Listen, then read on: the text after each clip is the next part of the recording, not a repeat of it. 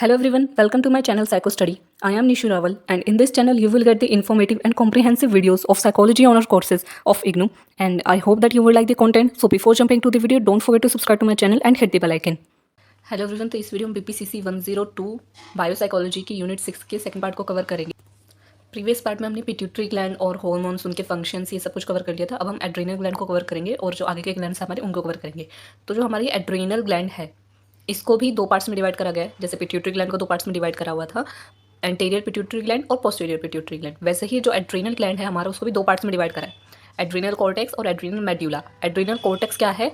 जो कि हमारा एड्रीनल ग्लैंड है उसके ऊपर की कवरिंग, जो कवरिंग है वो तो हो गई हमारा एड्रीनल कॉर्टेक्स, और जो उसका मिड पार्ट है, जो उसके अंदर का पार्ट है, वो हो गया हमारा एड्रीनल मेड्यूला। अब जो एड्रीनल कॉर्टेक्स है इसके अंदर तीन हार्मोन्स आ जाते हैं, मिनरलोकॉर्टिकॉइड्स, ग्लूकोकॉर्टिकॉइड और गोनाडोकॉर्टिकॉइड। और जो एड्रीनल मेड्यूला है वो अपना अकेला ही है, ठीक है। अब हम सबसे पहले पढ़ेंगे कि जो हमारा एड्रीनल ग्लैंड है उसका स्ट्रक्चर क्या है। सबसे पहले उसका स्ट्रक्चर क्या है, उसके बाद हम उसके हार्मोन्स के बारे में पढ़ेंगे। तो स्ट्रक्चर क्या है, इसमें फर्स्ट लिखा है renal is a Latin word means kidney and ad means to which means to और ऑन द किडनी। तो रेनल जो वर्ड है ये एक लैटिन वर्ड है जिसका मतलब होता है किडनी, ठीक है। जो ये एड्रीनल है इसमें जो ये रेनल वर्ड है इसका मतलब हो गया किडनी, और एड का मतलब हो गया टू या फिर ऑन, यानी कि किडनी के ऊपर, ठीक है। यानी कि किडनी के ऊपर हमारा ये ग्लैंड है, इस वजह से इसको एड्रीनल बोलते हैं। इट हैज़ टू पार्ट्स, जैसे हमने ऊपर ही पढ़ा, इसके दो पार्ट्स है। The outer covering which is the major part of the gland is known as adrenal cortex. जो उसकी बाहर की कवरिंग है, जो कि सबसे इंपॉर्टेंट है, जो उसकी बाहर की कवरिंग है उसको तो हम बोल देते हैं एड्रीनल कॉर्टेक्स। और जो उसका मिड जो कि और जो एड्रीनल कॉर्टेक्स है ये एंडोक्राइन टिश्यूज से मिलकर के बनी है। एड्रीनल कॉर्टेक्स एंडोक्राइन टिश्यूज से मिलकर के बनी है। और वहीं पे जो उसका इनर पार्ट है, the inner part of the gland gland known as adrenal medulla made up of neurosecretory tissues. और जो एड्रीनल मेड्यूला है वो न्यूरोसेक्रेटरी टिश्यूज से मिलकर के बने। एड्रीनल कॉर्टेक्स एंडोक्राइन टिश्यूज से और एड्रीनल मेड्यूला न्यूरोसेक्रेटरी टिश्यूज से, और ये एंडोक्राइन ग्लैंड के अंदर का पार्ट है।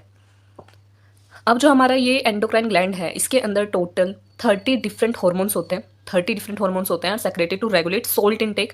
अब इसमें इंपॉर्टेंट क्या है कि जो एंडोक्राइन ग्लैंड का काम होता है उसके जो 30 जो 30 डिफरेंट हार्मोन्स हैं उनका काम होता है सोल्ट के इनटेक को रेगुलेट करना, डील विद स्ट्रेस से डील करना, and also influence sexual changes during adolescence. और एडोलेसेंस के टाइम पर सेक्शुअल चेंजेस भी लेकर के आना, क्योंकि हमने ऊपर ही पढ़ा कि इसमें एक जो हमारा हार्मोन होता है वो क्या होता है, गोनाडोकॉर्टिकॉइड।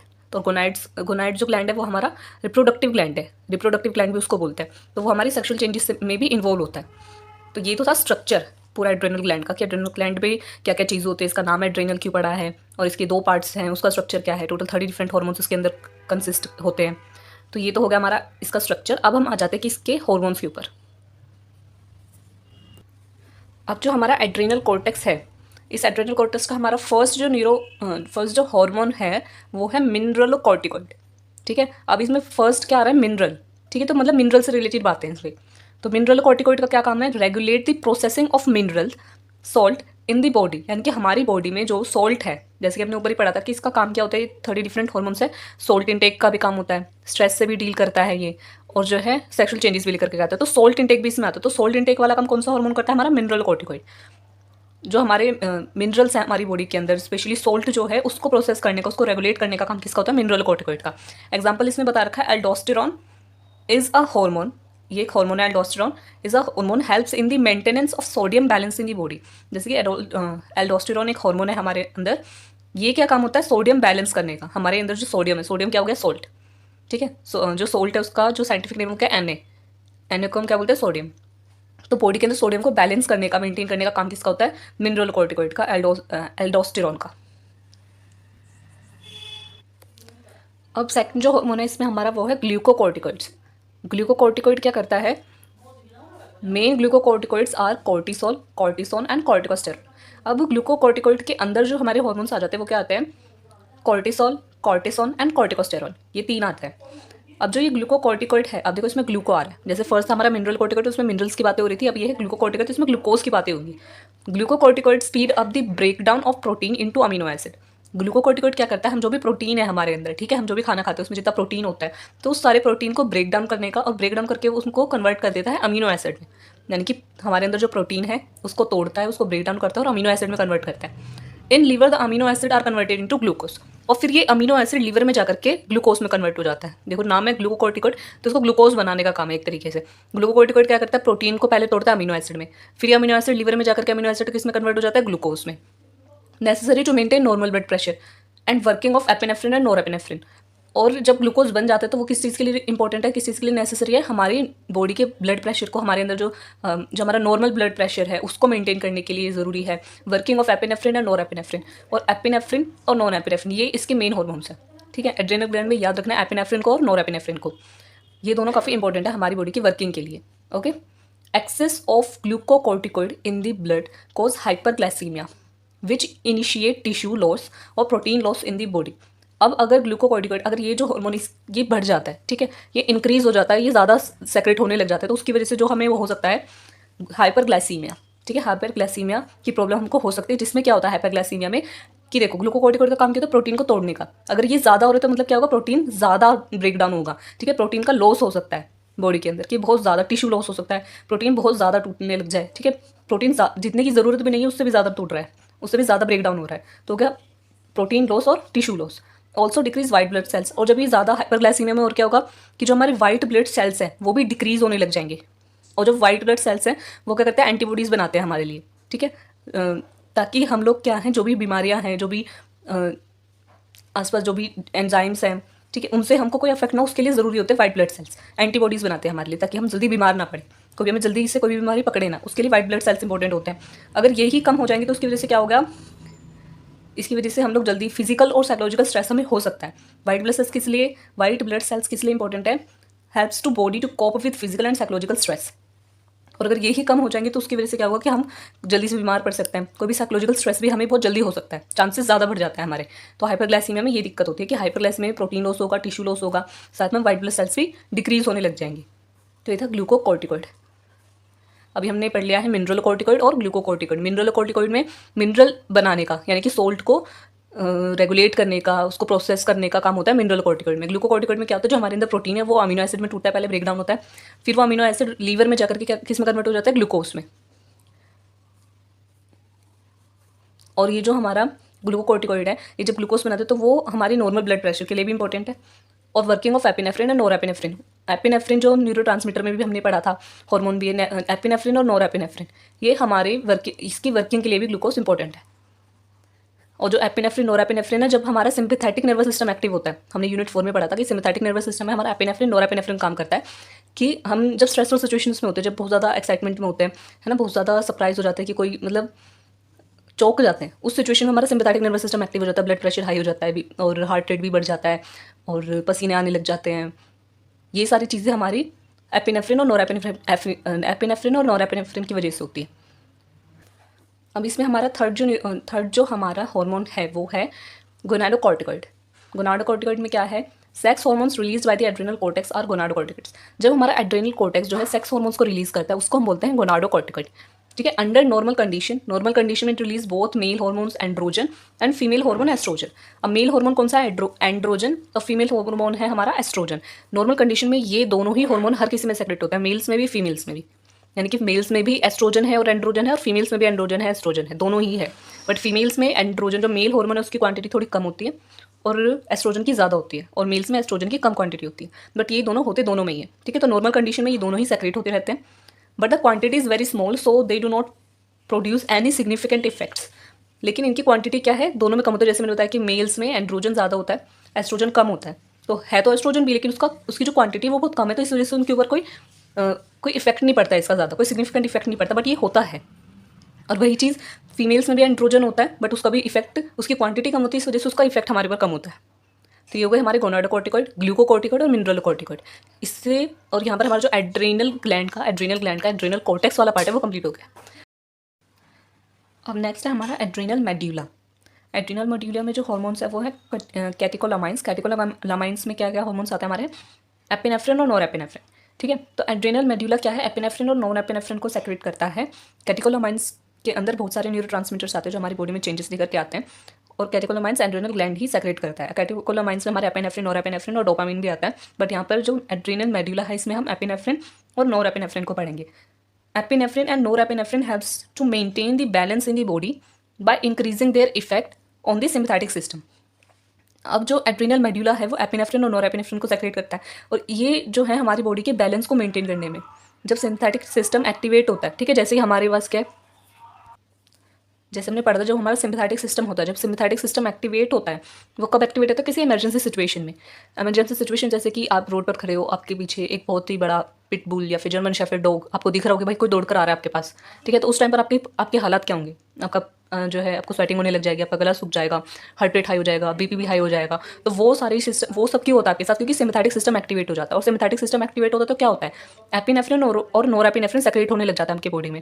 एपिनेफ्रिन क्या क्या करता है कि आपकी बॉडी की सब चीज़ों को मतलब हाई कर देता है, ठीक है, ब्लड प्रेशर आपका हाई कर देगा, हार्ट रेट आपका हाई कर देगा, हेडेक भी हो जाता है इसकी वजह से, मतलब हेडेक तो नहीं, मतलब इसकी वजह से सब चीज़ आपकी हाई हो जाएंगी, ठीक है, आपको गला भी सूखने लग जाएगा। क्यों? क्योंकि जो सलाइवरी ग्लैंड्स होते हैं वो भी क्या करते हैं, वो भी काम करना बंद कर देते हैं, और बीपी भी हाई हो जाएगा, हार्ट रेट हाई हो जाएगा, ये सारी चीज़ें हो जाती है आपकी एपिनेफ्रिन की वजह से, ठीक है, एपिनेफ्रिन नॉरएपिनेफ्रिन की वजह से। और बॉडी को बैलेंस में लाने का काम होता है हमारा एपिनेफ्रिन नॉरएपिनेफ्रिन का।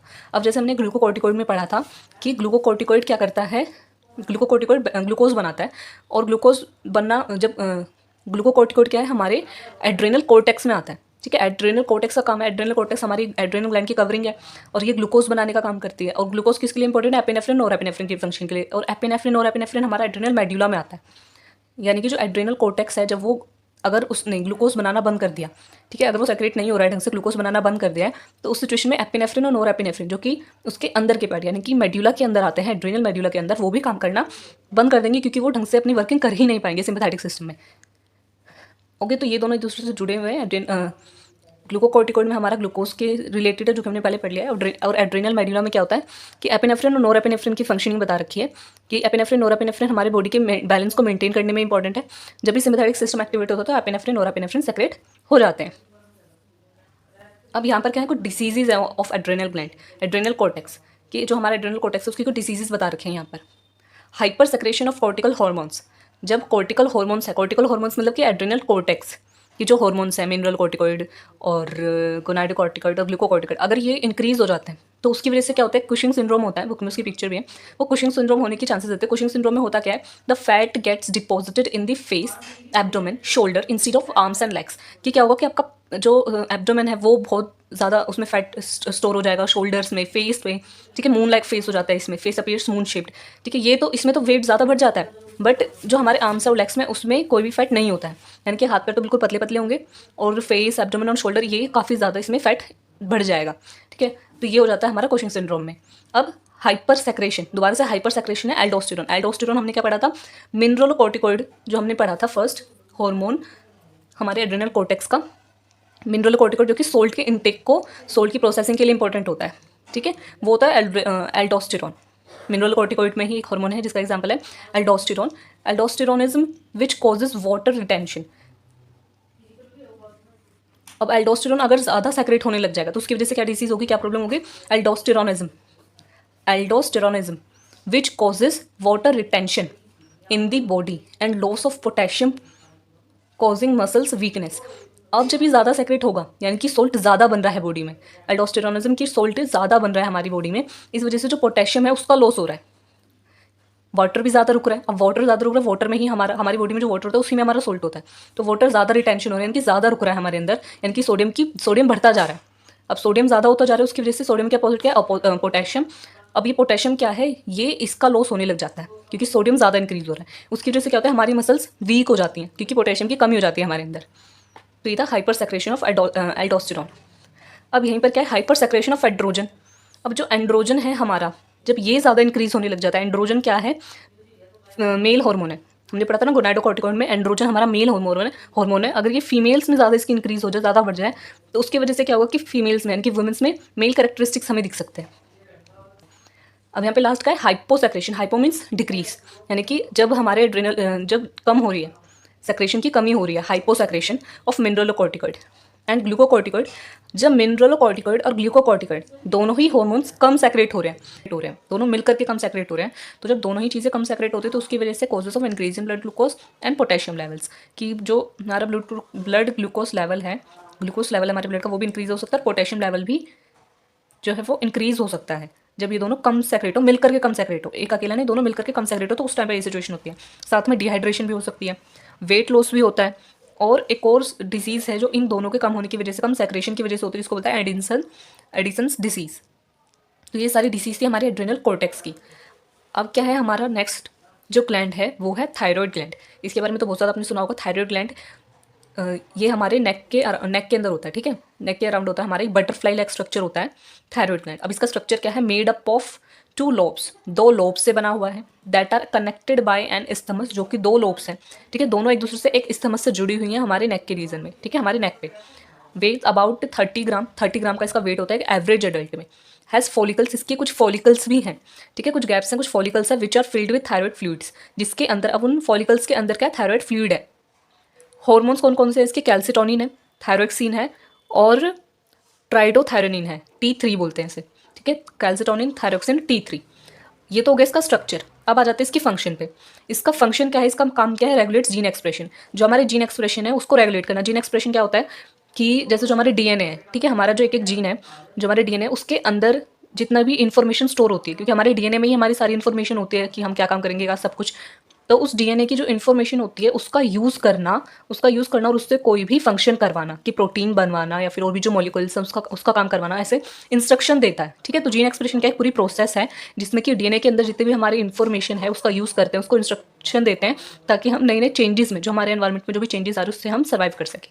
वो होता है regulating gene expression. Gene expression भी हमारा थायराइड ग्लैंड जो है रेगुलेट करता है। मेटाबॉलिक प्रोसेस भी रेगुलेट करता है। इसी वजह से कोई इंसान थायराइड की जब ज़्यादा बढ़ जाता है थायराइड, तो उस वजह से उनका वेट लॉस बहुत ज़्यादा हो जाता है, कम हो जाता है थायरोक्सिन, तो उसकी वजह से क्या होता है कि उनका वेट ज़्यादा बढ़ जाता है। तो मेटाबॉलिज्म भी कंट्रोल करता है, रेगुलेट करता है, सेल की ग्रोथ को रेगुलेट करता है, टिश्यू डिफ्रेंशिएशन, और जो हमारे टिश्यूज़ हैं, सेल ग्रोथ है, जब सेल ग्रो ही नहीं करेगा तो टिश्यू अच्छे से बनेंगे कैसे। तो सेल की ग्रोथ और टिश्यूज़ को डिफ्रेंशिएशन का काम भी हमारा जो है थायराइड ग्लैंड करता है। अब जैसे कि हमने ऊपर ही पढ़ा था कि थायरोक्सिन को सेक्रेट करता है, तो thyroxine secretion depends upon temperature. अब थायरोक्सिन कितना सेक्रेट होगा ये टेम्परेचर पे डिपेंड करता है। ड्यूरिंग कोल्ड, जब ज़्यादा ठंड होती है उस टाइम पर थायरोक्सिन ज़्यादा सेक्रेट होता है, ठीक है, थायरोक्सिन ज़्यादा सेक्रेट होता है। गर्मी के टाइम पे जब हॉट होता है, यानी कि जब गर्मियाँ होती है उस टाइम पर सेक्रेशन ऑफ थायरोक्सिन डिक्रीज, उस टाइम पर थायरोक्सिन कम सेक्रेट होता है। अब हाइपरथायरॉयडिज्म, अगर सेक्रेशन ज़्यादा हो, यानी कि जो ये थायरोक्सिन है ये ज़्यादा सेक्रेट हो, तो उस टाइम पर क्या हो सकता है, हमें ग्रेव डिसीज हो सकती है किसी पर्सन को। ग्रेव डिसीज में क्या क्या चीज़ें होती हैं, this cause eyes to protrude, जो आंखें होती हैं वो बाहर की तरफ आना स्टार्ट कर देती है, रेडनेस भी उसमें बहुत ज़्यादा हो जाती है, जो आई बॉल्स है हमारी वो स्किन से थोड़ी सी बाहर की तरफ आना स्टार्ट कर देती है। इंक्रीज एक्साइटेबिलिटी, अब जो एक्साइटेड पर्सन क्या ज़्यादा एक्साइटेड रहता है, ठीक है, एक्साइटेबिलिटी बढ़ जाती है। डिफिकल्टी इन स्लीपिंग, अब जब एक्साइटेबिलिटी बढ़ चुकी है, ठीक है, अब ये ज़्यादा सेक्रेट हो रहा है तो एक्साइटेबिलिटी बढ़ चुकी है, उसकी वजह से नींद भी नहीं आती है। वेट लॉस भी बहुत ज़्यादा हो जाता है। तो ये सारे सिम्टम्स होते हैं ग्रेव डिसीज में। अब नेक्स्ट क्या है, taken care of by surgically removing a part of the gland so as to reduce the production of thyroxine. अब हम थायरोक्सिन को कम कैसे कर सकते हैं, ये जो ग्रेव डिसीज है इसे हम कैसे ठीक कर सकते हैं, कि हम क्या करेंगे, जो थायराइड ग्लैंड है वो ज़्यादा बढ़ चुका है तो उसमें हम क्या करेंगे, surgically removing a part of gland, कि हम ग्लैंड के जो हमारा थायराइड ग्लैंड है उसके कुछ पार्ट को हम लोग हटा देंगे, सर्जिकली हम रिमूव कर देंगे, तो अपने आप ही जो थायरोक्सिन का प्रोडक्शन है वो कम हो जाएगा। तो ये हम कर सकते हैं। अब क्या है, रिडक्शन इन थायरोक्सिन, हाइपोथायरोक्सिन। अब अगर थायरोक्सिन कम सेक्रेट हो रहा है, पहले से ही कम सेक्रेट हो रहा है, तो उसकी वजह से during growing years cause cretinism. अगर ग्रोइंग ईयर्स में, यानी कि जब बच्चे होते हैं हम उस स्टेट में, अगर हाइपोथायरोक्सिन की थायरोक्सिन कम सेक्रेट हो, जब हम छोटे हैं ग्रोइंग ईयर्स में हमारे में, तो उस टाइम पे जो डिसीज हो सकती है उसको बोलते हैं cretinism. Creatine suffer from low metabolic rate. अब उन बच्चों में क्या होता है, उन बच्चों को बोलते हैं क्रेटिन्स, वो किससे सफ़र करते हैं, मेटाबॉलिक रेट जो उनका लो होता है। Central nervous system and other systems of the body are mal developed. जब थायरोक्सिन कम सेक्रेट होता है किसी भी बच्चे में, ग्रोइंग ईयर्स में बच्चों में, तो उस टाइम पे क्या होता है, उनका मेटाबॉलिक रेट भी कम होता है, उनका जो सेंट्रल नर्वस सिस्टम और बॉडी के और सारे सिस्टम है वो माइल डेवलप्ड होते हैं, यानी कि अच्छे से डेवलप नहीं हो पाते। In severe conditions it leads to dwarfism. और जब बहुत ही ज़्यादा कम सेक्रेट होता है थायरोक्सिन तो उस टाइम पर उनको ड्वार्फिज्म भी हो सकता है कि उनकी हाइट ना बढ़े।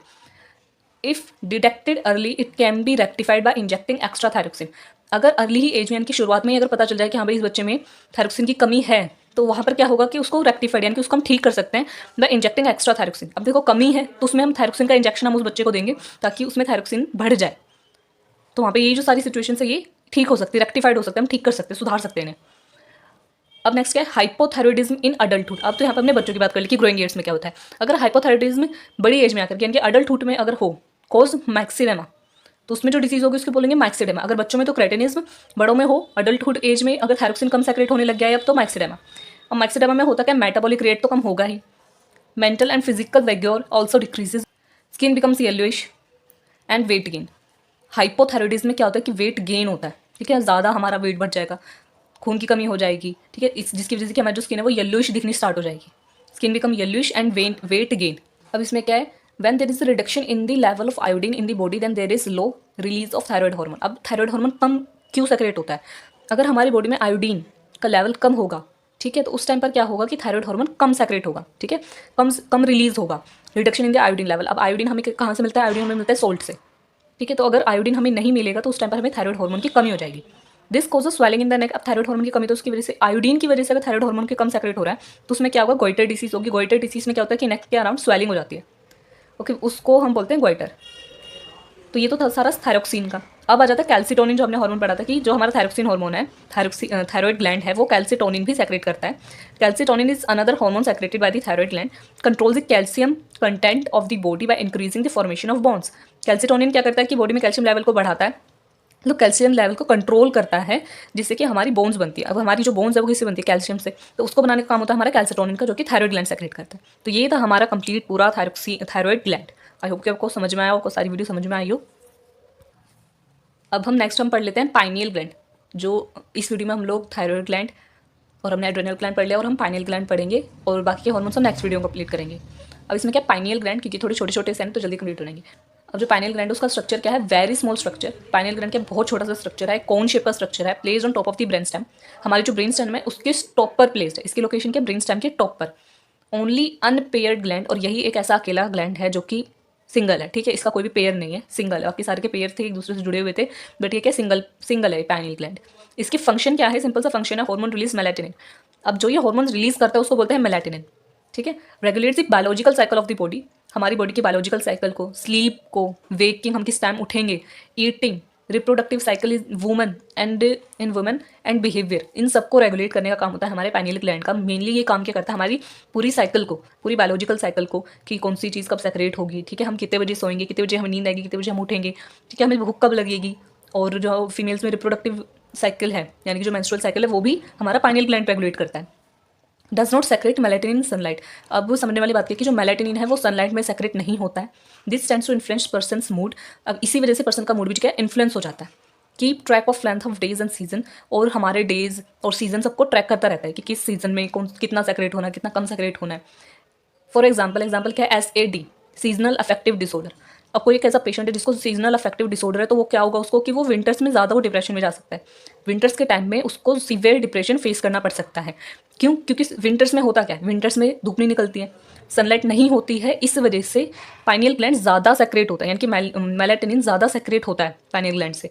ज़्यादा सेक्रेट होने की वजह से क्या होता है, इंसान ये ज़्यादा सेक्रेट हुआ तो नींद ज़्यादा आएगी, यानी कि ज़्यादा मतलब इतना जागरूक नहीं रहेगा इंसान, ठीक है, हमें बहुत ही थकान सी फील होती है इसकी वजह से। जब हम थकान फील होती है तब हमें नींद आती है, ठीक है, तो वो अंधेरे में होता है। तो सर्दियों के टाइम पे विंटर्स में क्या होता है कि धूप नहीं निकलती है, ज़्यादातर अंधेरा रहता है, तो अंधेरे में क्या होता है कि पाइनियल ग्लैंड ज़्यादा सेक्रेट होता है, हमें ज़्यादा थकान फील होती है, और हमें ऐसा लगता है कि हमें कहीं घर से बाहर जाना ही नहीं चाहिए, आराम से रहना चाहिए।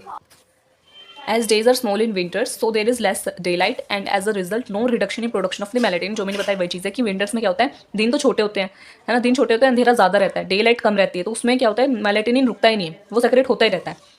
No reduction in the production of melatonin, कि मेलाटोनिन रुकेगा ही नहीं, वो प्रोड्यूस होता रहेगा। तो उसकी वजह से क्या होगा कि इंसान जो जिसको भी सीजनल अफेक्टिव डिसऑर्डर है वो सिवियर डिप्रेशन में जा सकता है। When there is a jet lag then melatonin is also use to treat. Jet lag में क्या कि आप अभी यहाँ रह रहे हो, ठीक है, आप दिल्ली में हो, इंडिया में हो, तो यहाँ का टाइम पीरियड ऐसा है। अगर आप किसी और कंट्री में जाते हो जिसका टाइम पीरियड हमसे अलग है, ठीक है, हमारी कंट्री से अलग है, तो वहाँ पर क्या होगा कि आपका जो पूरा स्लीप पैटर्न है वो खराब हो जाएगा, उसको हम बोल देंगे जेट लैग, तो उसको भी हमें ट्रीट करना पड़ता है। तो ये था पूरा पाइनियल ग्लैंड। इसमें मेन यही था कि जो मेलाटोनिन एक हार्मोन ये सेक्रेट करता है, वो क्या करता है कि हमारी स्लीप को, पूरी बायोलॉजिकल बॉडी को, मतलब कि एक टाइम पीरियड हमारा बना करके रखता है कि इस टाइम पर ये होने वाला है, ये सेक्रेट होगा, इस टाइम पर नींद आएगी, मेंस्ट्रुअल साइकिल ऐसी रहेगी। अगर इसमें कोई भी दिक्कत हो जाती है, ठीक है, पाइनियल ग्लैंड अच्छे से सेक्रेट नहीं हो रहा है, तो मेंस्ट्रुअल साइकिल भी अफेक्ट हो जाएगी, स्लीप भी हमारी बेकार हो जाएगी, हमारे को फिक्स टाइम नहीं होगा उठने का, हमें भूख भी टाइम पर नहीं लगेगी। तो ये सारी चीज़ें होंगी पाइनियल ग्लैंड की खराबी की वजह से। ओके, अब लास्ट जो हमारा हार्मोन इस वीडियो का है वो है गोनाड्स। गोनाड्स क्या है कि रिप्रोडक्टिव हार्मोन भी, रिप्रोडक्टिव ग्लैंड भी इसको बोलते हैं। इसका स्ट्रक्चर क्या है, प्राइमरी सेक्स ऑर्गन भी है ये गोनाड। मेल में क्या है टेस्टिस, फीमेल में क्या है ovaries. Testis are paired organ have a sac called as scrotum. Males में क्या है टेस्टिस होता है जो कि एक पेयर्ड ऑर्गन है, सैक कॉल्ड स्क्रोटम, इसमें एक सैक लाइक स्ट्रक्चर होता है, स्क्रोटम जिसको हम बोलते हैं, ठीक है, वो होता है टेस्टिस में। Produce hormone known as testosterone and androgen, और गोनाड्स का काम क्या है, ठीक है, मेल हार्मोन टेस्टिस का काम क्या है, मेल के हार्मोन्स को सेक्रेट करना, प्रोड्यूस करना, जो कि है टेस्टोस्टेरोन और एंड्रोजन। मेल में कौन से हार्मोन्स है, टेस्टोस्टेरोन और androgens. Ovaries are also a pair of glands, ovaries भी पेयर्ड में है, that are located in the pelvis of female, जो कि पेल्विस में लोकेटेड है। प्रोड्यूस हार्मोन्स ऑफ फीमेल्स में कौन से हार्मोन सेक्रेट होता है, एस्ट्रोजन्स एंड प्रोजेस्टिन्स, ये दो हार्मोन सेक्रेट होते हैं फीमेल्स में। ये तो था इसका स्ट्रक्चर, और कौन से हार्मोन्स ये कंसिस्ट करता है। इसकी फंक्शन क्या है, the hormone secreted bye gonads regulate sexual behaviour and reproduction along with brain. Function क्या है इसका कि ब्रेन के साथ साथ सेक्सुअल जो बिहेवियर है मेल्स में फीमेल्स में और रिप्रोडक्शन प्रोसेस है, ये सब कुछ रेगुलेट करने का काम होता है हमारे गोनाड्स का। टेस्टोस्टेरोन क्या है, is involve in making physical changes during puberty. Puberty के टाइम पर फिजिकल चेंजेस लेकर के आना टेस्टोस्टेरोन का काम होता है, जैसे कि वॉइस चेंज हो जाती है बॉयज़ की, ठीक है, growth of facial hair, chest and pubic hair, promotes sperm production भी प्रमोट करता है। मेल सेक्सुअल कैरेक्टरिस्टिक जितने भी होते हैं वो सब किसके लिए, वो सब किस कौन रिस्पॉन्सिबल है उसके लिए, टेस्टोस्टेरोन। एस्ट्रोजन, अब एस्ट्रोजन क्या है, फीमेल का हार्मोन है। Estrogen are responsible for the sexual development of the female. Estrogen females में सेक्सुअल डेवलपमेंट और फिजिकल चेंजेस लेकर के आता है, जैसे बॉडी की शेप चेंज हो जाना, ठीक है, development of breast and female reproductive cycle, ये सारी के इस सब कामों के लिए कौन रिस्पॉन्सिबल है, हमारा एस्ट्रोजन। अब प्रोजेस्टेरोन भी एक female hormone is secreted during the pregnancy and helps in it. अब जो प्रोजेस्टेरोन है ना, ये फीमेल्स में प्रेगनेंसी के टाइम पे सेक्रेट होता है और उसको प्रमोट भी करता है। तो ये था पूरा गोनाड्स, सिंपल सा, इजी सा, और इसी के साथ आज की वीडियो इधर खत्म होती है। आई होप कि वीडियो आपको अच्छे से समझ में आई हो, सारी चीज़ें क्लियर हुई हो। अगर कुछ भी डिफिकल्टी हो, कोई भी प्रॉब्लम हो, कोई भी क्वेरी हो, तो आप कमेंट सेक्शन में लिख करके बता सकते हैं, और अपना फीडबैक ज़रूर दें। वीडियो को लाइक करें, चैनल को सब्सक्राइब करें, ज़्यादा से ज़्यादा अपने फ्रेंड्स के साथ शेयर करें, और happy new year everybody, and thanks for watching.